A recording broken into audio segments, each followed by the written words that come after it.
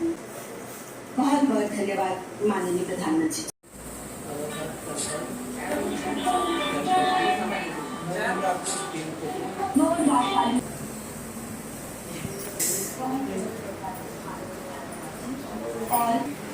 एवं ऐतिहासिक महत्व के साथ साथ विकास पथ पर अग्रसर काशी ने विकास की वो यात्रा देखी है जो पहले समय के प्रधानमंत्री श्री नरेंद्र मोदी जी का विजन और काशी के विकास का अथक संकल्प। जिलों से आवागमन की सुविधा में सर्जरी यूनिट और सीटी स्कैन जैसी अत्याधुनिक सुविधाओं की स्थापना से वाराणसी समेत अन्य जनपदों तथा सीमावर्ती राज्यों के मरीजों को जांच एवं उपचार में सहूलियत होगी। वाराणसी के उदीयमान भविष्य हेतु सार्वभौमिक शिक्षा सुनिश्चित करने के दृष्टिगत में लगभग 8 करोड़ की लागत से 53 प्राथमिक विद्यालयों के पुनरुद्धार एवं मरम्मत का कार्य पूर्ण किया गया है, जिससे 7,000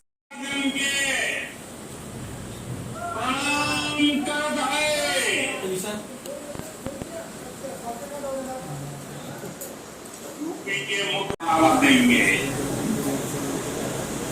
हमारे घर में जो कुछ भी नया सामान आएगा, मैं नए सामान की बात कर रहा हूं, हमारे घर में जो भी नया सामान आएगा वो स्वदेशी ही होगा।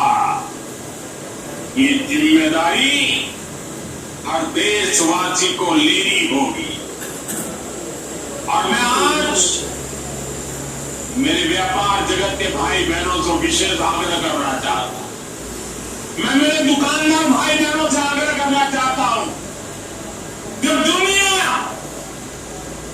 इस प्रकार से अस्थिरता के माहौल से गुजर रही है, तब हम भी, चाहे व्यापार हो, छोटी दुकान हो, कारोबार करते हो, अब हम हमारे यहां से सिर्फ और सिर्फ स्वदेशी माल ही बेचेंगे। साथियों, अपने हितों पर फोकस कर रहे हैं,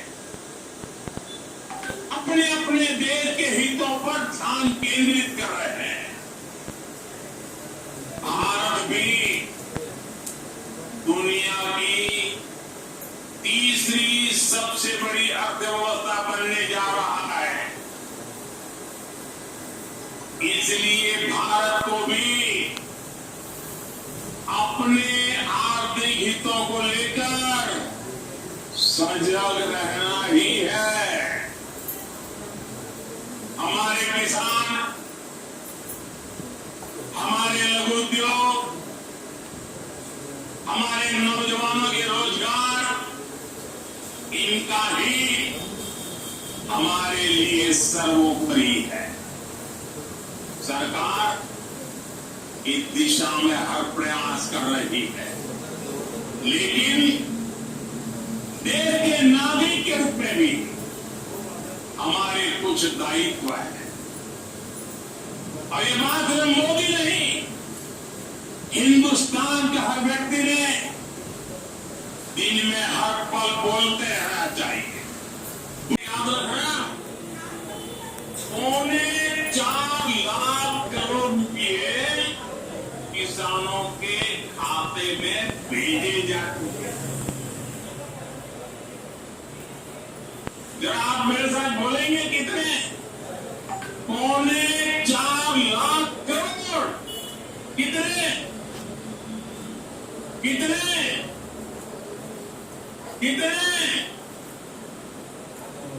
और ये 4.25 लाख करोड़ कितने रुपये किसके खाते में जमा किए? किसके खाते में जमा किए?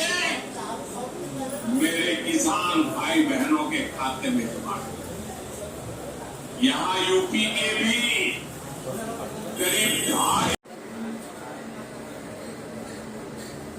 बीमा के माध्यम से 2.25 लाख करोड़ रुपया। कितना बताएंगे? कितना? 2.25 लाख करोड़ रुपया। साथियों, हमारी सरकार यह भी सुनिश्चित कर रही है कि आपको आपकी आपकी फसल की सही कीमत मिले, इसके लिए फसल की हुई है। धान और गेहूं जैसी प्रमुख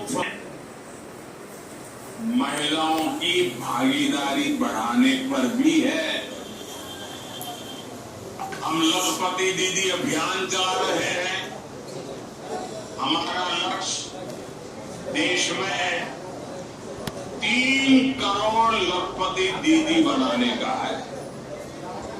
3 करोड़ लखपति दीदी। अभी भी लाखों पंचायतों का काम जारी है। मैं समझता हूं इन कैंप का फायदा उठाना चाहिए और उसके कई फायदे हैं। एक और फायदा भी है। इन कैंप प्रधानमंत्री जीवन ज्योति बीमा योजना, अटल पेंशन योजना, ऐसी अनेक योजनाओं का रजिस्ट्रेशन भी हो रहा है। और ये बीमा तो ऐसा है कि एक चाय के खर्चे से भी कम खर्चा लग जाता है। ये योजनाएं आपकी बहुत मदद करती हैं। इसलिए बैंकों ने जो जितना बड़ा अभियान चलाया है, आप इसका बहुत फायदा लीजिए। पूरे देश के लोगों से मैं कहता हूं, आप इन कैंपों में जरूर जाइए। अगर आप अब तक इन योजनाओं से नहीं जुड़े हैं, हमारी सरकार कृषि से जुड़ी आधुनिक रिसर्च को खेतों तक पहुंचाने में भी जुटी है। इसके लिए मई और जून के महीने में खास तौर पर विकसित कृषि संकल्प अभियान चलाया गया। 1.25 करोड़ से अधिक किसानों से सीधा संवाद किया गया। हमारे देश में माना गया है और यह व्यवस्था भी है कि कृषि ये राज्य का विषय है और सही भी है। लेकिन उसके बावजूद भी भारत सरकार को लगा, मोदी सरकार को लगा कि भले विषय राज्य का हो, राज्य करे, कर पाए न कर पाए। बहुत से राज्य है जो नहीं कर पाते। तो हमने तय घर सजाएंगे तो स्वदेशी से सजाएंगे, जिंदगी बढ़ाई। महादेव।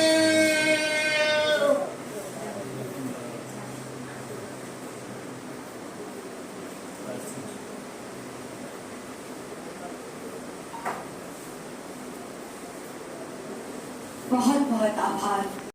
कार्यक्रमामध्ये नियोजन केलं त्यांचं सुद्धा मी माननीय तालुका कृषी अधिकारी सर्वप्रभू यांच्या वतीने आभारी आहे।